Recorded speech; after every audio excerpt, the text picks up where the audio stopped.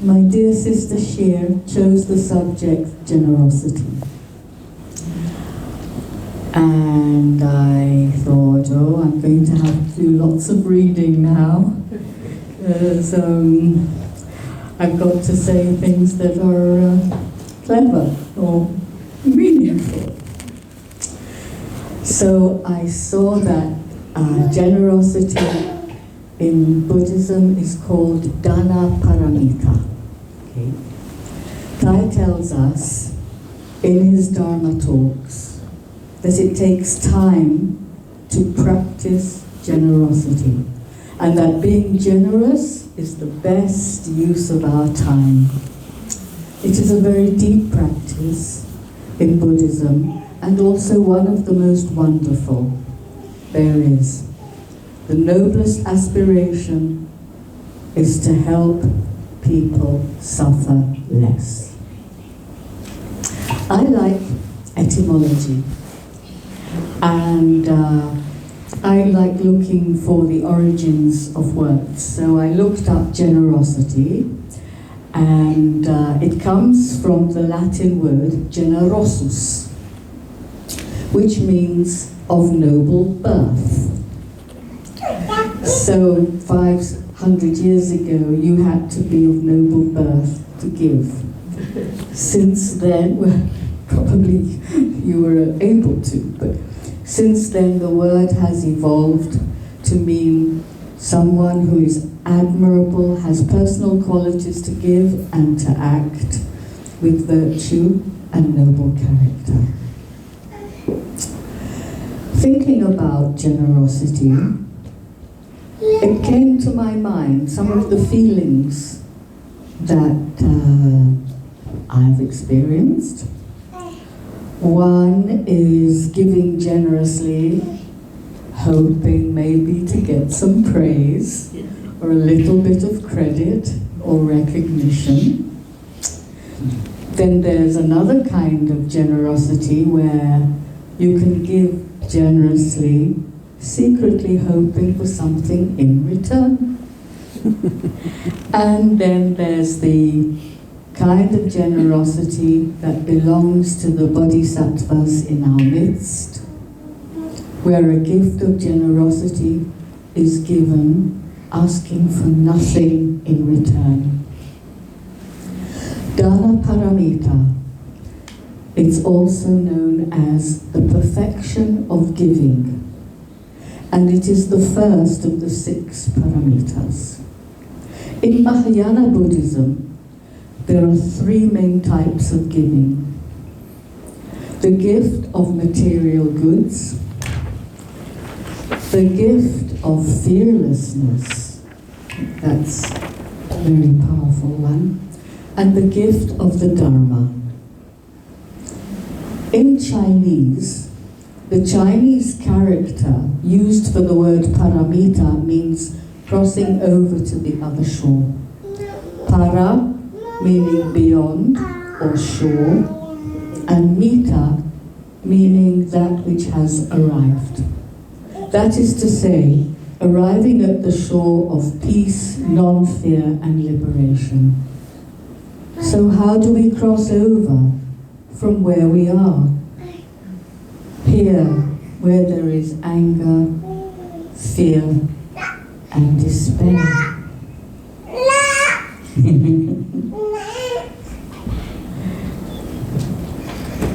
Thai asks us to stop. Stop and take a breath. Take a breath and know that you are alive. We take one breath and we look deeply in order to understand the roots of our feelings. And we go to that place and we breathe with that realization and recognition.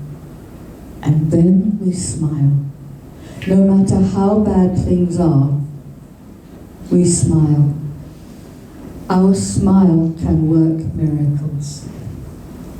The Buddha said, and I quote, "Don't just hope for the other shore to come to you. If you want to cross over to the other shore, the shore of safety, well-being, non-fear and non-anger, you have to either swim or find a raft and row across. You have to make an effort. Ty said in one of his talks jokingly, just give, and suddenly you will find yourself on the other shore. When our heart is open, that is when it is easy to offer joy. That is when it is easy to offer love. The one thing we all have in common is the desire to be happy. We may have different understandings of what that is, but happiness unites us all as a species on this planet. Of course, there's nothing wrong with receiving a material gift, a bouquet of flowers, a CD of beautiful music, or an outing to a fine restaurant. But we also know deep in our heart that we don't have to go to a store to purchase an item in order to make someone really happy. Ty, in his Dharma talks, teaches us that there are many other ways we can offer generosity of heart. And one of them is true presence, and the story of the little boy and his father. The same story that Shir mentioned. It was quite a revelation for the father to understand that he had to be present for his son, and I am sure it was a much greater effort for him to just be with his son than go to a shop and buy something. When we love someone, we give them our true presence. And Ty would lovingly say during his talks, "Darling, I am here for you." Another thing we can give is stability. This is another great gift, stability, especially in these times. Our stability, our ability to be solid, this is what people around us need. Solid means being able to live in the present moment. And we can cultivate our stability by paying attention to detail and by finding ways to enjoy living deeply in every moment. This helps us to generate peace and calm. The title of a book that I found very, very beautiful, "We Can Be a Lotus in a Sea of Fire." Each of us has the power to stop. We all have the ability to look deeply when we sit quietly without distractions. And this is when we can see things we couldn't see before because we were blinded by our pain and suffering. Quite a long time ago, I lived in a different house, and I had a terrible neighbor. He vandalized my property. He stole my parking place. His dog bit my dog. And I just wished he was dead. Truly. I called the police. The police and him were good friends, they were mates. So I was lost there, and I was an Ashkenaziya and he wasn't. So I was the minority there. And I actually imagined him, I thought, no, that's too extreme to wish him dead. Just may he have an accident, something that will paralyze him. And I saw him in hospital, and that was a better solution. And I lived with these feelings for a few years because I was at the receiving end of his meanness and cruelty. And then one day, in a meditation, I suddenly understood. All he has to do is move. He just has to find somewhere else to live. It was, for me, a revelation. I exaggerate not. And because he was the kind of person that he was, he got into deep financial difficulties. He had to sell his house, and a year later he was gone. And that was, for me, a very strong Dharma lesson, a very, very powerful lesson in the Dharma of how my mind was my enemy and then my friend. Another thing that we can do is notice the wonders of life. We can live our lives in a mindset of living gratefulness. When I wake up in the morning, I feel gratefulness. I am a happy person. I want to share this happiness with those I love, and also with those I meet in the shops and at the bus stop. Another thing that Thai tells us we can give is our understanding. When we open our heart, our mind opens as well. And that is when we can offer the gift of listening. We can listen with compassion. We can listen with understanding. But firstly, I have to listen to myself, to my pain.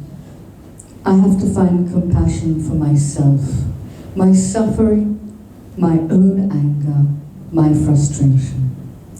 I know that there are injustices and cruelty all around me. The war makes me feel helpless every single day of the week. So I open my heart to myself. And when I have done this, I can open my heart to others. We have the possibility to notice the wonders of life, even in these times. We can live our lives in living gratefulness. It doesn't mean that I forget the suffering of others. No, no. But Thai tells us not to drown or be overwhelmed by the suffering that is everywhere. He knew only too well the suffering that war brings when he lived through the war in Vietnam. Dana Paramita. Buddha reminds me to make an effort and cross over to the other shore. What else can I offer to the people I love? I can offer my freedom. A smile brings about a miracle. Not being caught by the past, nor having anxieties of the future. In fact, being free from the past and being free from the anxieties of the future. Freedom makes happiness possible. Dana Paramita is the practice of love with an open heart. When we look deeply, we can see that this is because that is. We see reality as it is. We see the things as the things in themselves. We understand how everything is connected, that we inter-are. Thai used these words all the time in his Dharma talks. Interbeing, interpenetration, and inclusiveness. Gratefulness can become a way of life. Generosity can become a way of life. There are hundreds of thousands of us in small groups all over the world, radiating beauty and kindness into this world. Beauty and goodness will prevail. We just have to believe it. We know that nothing is permanent, And the darkness we are experiencing now will be transformed into a new light that supports life and goodness. Thank you for listening.